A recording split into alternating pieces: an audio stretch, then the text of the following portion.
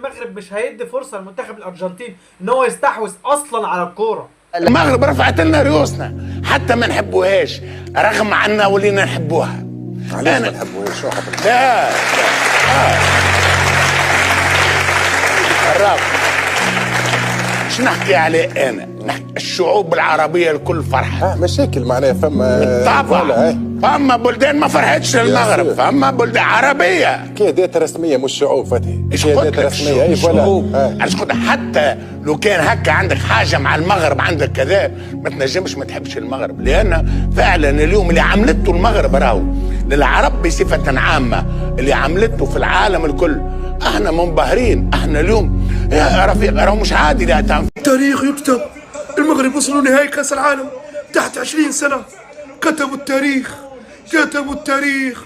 مبروك مبروك المنتخب المغربي كتابة التاريخ. كأس عالم تحت 20 عام، أخرجوا فرنسا، هذا المصباحي، هذا الحارس البديل اتصدى لها. التاريخ يكتب، التاريخ يكتب. كنحبكم بزاف والله.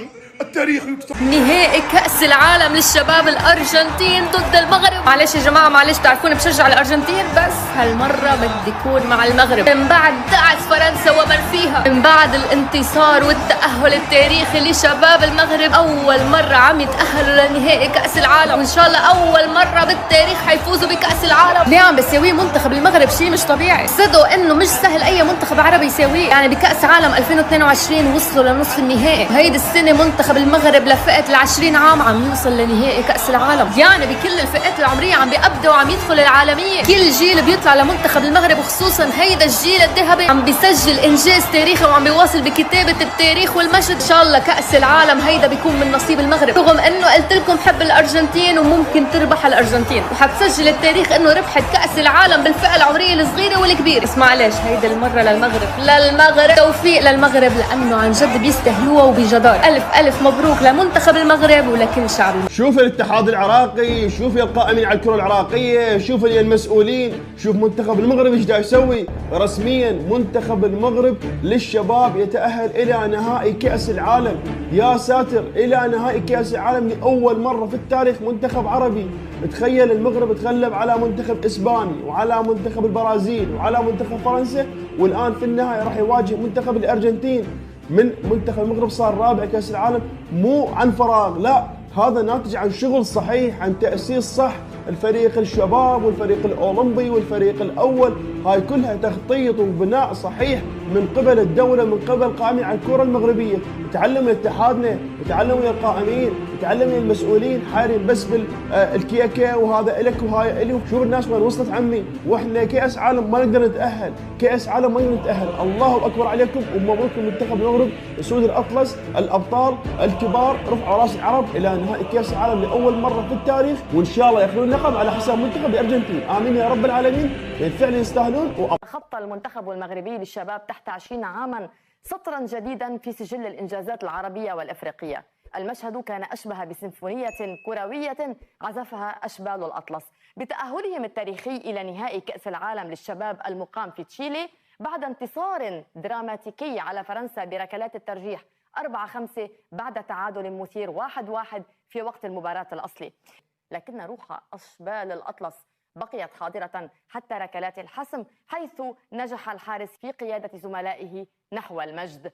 بهذا الفوز مشاهدينا اليوم يصبح المغرب ثاني منتخب عربي في التاريخ يبلغ نهائي المونديال الشبابي بعد قطر عام 1981، وثالث منتخب أفريقي بعد نيجيريا وغانا. سيواجه المغرب في النهائي منتخب الأرجنتين صاحب الرقم القياسي في عدد الألقاب 6 في لقاء ينتظره العالم مساء الأحد المقبل.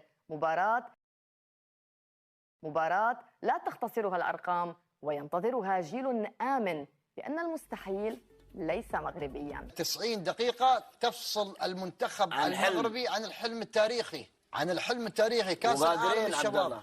والله انهم قادرين ان شاء الله، قادرين ان ياخذون. اليوم انت سمعت عبد الله المرشحين اليوم انشيلوتي في كاس يرشح المنتخب المغربي للحصول على من المرشحين لحصول كاس العالم. وانشيلوتي يقول انشيلوتي اليوم الكره المغربيه عبد الله اليوم مدربين الكبار قاعدين يشوفون اليوم من كبيرة. افضل اللعيبه على مستوى العالم عبد الله. نعم صحيح.